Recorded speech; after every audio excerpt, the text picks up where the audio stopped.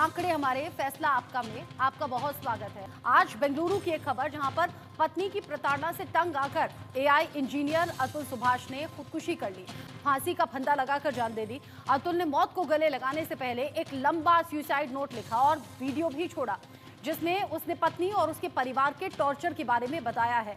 बेंगलुरु के इस इंजीनियर की खुदकुशी का कदम देश में कई सवाल उठा रहा है। पहला सवाल जो हमने पूछा वो ये कि एआई इंजीनियर अतुल सुभाष ने सुसाइड का कदम आखिर क्यों उठाया? जवाब सर्वे में लोगों ने दिया है। इसमें जो सबसे ज्यादा प्रतिशत है वो पत्नी से प्रताड़ित।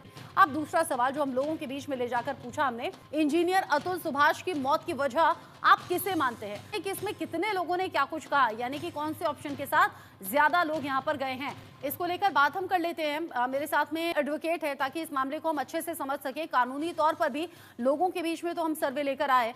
मेरे साथ तनुज दीक्षित जुड़ गए हैं जो कि वकील हैं सुप्रीम कोर्ट के, उनसे मैं जान लेती हूँ। लोग ये भी कह रहे हैं कि न्याय व्यवस्था में देरी भी एक बहुत बड़ी वजह है। आपको लग रहा है कि इंडिया का ये जो सिस्टम है न्याय प्रक्रिया का, न्याय प्रणाली का, वो बहुत ज्यादा स्लो है, ये भी एक वजह रही इंजीनियर की खुदकुशी की? कि मुझे लगता है कि misuse of the law and courts are the major reason for this kind of cases.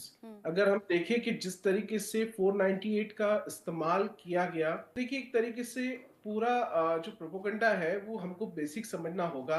आज हम देखते हैं ऑनरेबल सुप्रीम कोर्ट में जिस तरीके से रोज जो पिटीशन ट्रांसफर होने के लिए यहाँ पर फाइल हो रही हैं देश भर से, उनका नंबर ऑफ अगर हम चेक करें तो काफी हाई इंक्रीज होते जा रही हैं और उसमें मैक्सिमम जो है वो डोमेस्टिक वायलेंस और इन सब से रिलेटेड ही जो है खास करके पिटीशंस आती हैं। मेरे हिसाब से लॉ के अंदर भी कुछ बदलाव की आवश्यकता है, अमेंडमेंट्स की आवश्यकता है।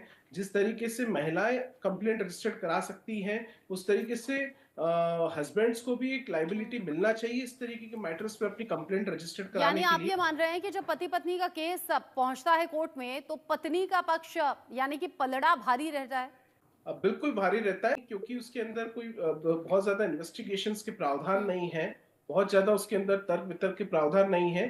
तो जेन्युइनिटी काइंड ऑफ एफआईआर्स जो होती है वो उनकी शिकायतों की बहुत ज्यादा जेन्युइनिटी प्रूव करना इनिशियल लेवल पे मुश्किल होता है। ठीक है। और बीइंग एन एडवोकेट हम तो रेगुलरली इस टाइप के मैटर्स देख रहे हैं। आप दोनों मेरे साथ में रहिएगा। ये पूरा रेशो मेरे सामने है। भारत में आत्महत्याओं के कुल मामले हमने इसमें निकाले हैं। इस तरीके से केसेस बढ़े हैं, उन केसेस के बढ़ने के बाद में बहुत से सवाल उठ रहे हैं। और सवाल हमने पूछा कि क्या समय से इंसाफ होता तो अतुल सुभाष की जान बच सकती थी?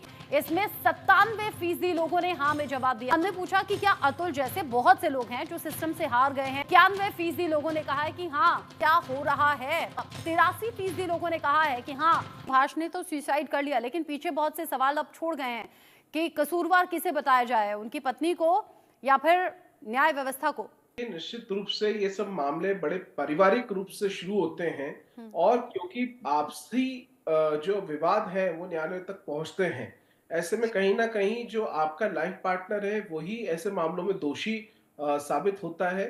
और देखिए न्यायालय भी विवश है कहीं ना कहीं कानून के आगे, क्योंकि जो कानून में है उल्लेखित उन्हें उसी प्रक्रिया पर काम करना पड़ेगा। परिवर्तन की जो आवश्यकता है कि इनमें भी एक स्क्रूटनिंग कमेटी होना चाहिए, पुलिस के द्वारा एक जांच होनी चाहिए, जांच के बाद ही इस तरीके की एफआईआर रजिस्टर्ड होना चाहिए। ये जरा एक पार्ट है जो मुझे लगता है थोड़ा सा कमजोर है, इस पे थोड़ा काम किया जा सकता है। लेकिन कुछ चीजें तो ऐसी है ना जिनके सबूत जुटाना भी बड़ी मुश्किल वाला काम होता है। सिस्टम से भरोसा उठ जाना एक बड़ी वजह, पत्नी जिसके साथ शादी हुई थी उसने ऊल जुलूल आरोप लगा दिए, 120 बार से ज्यादा उन्हें कोर्ट की सुनवाई के चक्कर लगाने पड़े।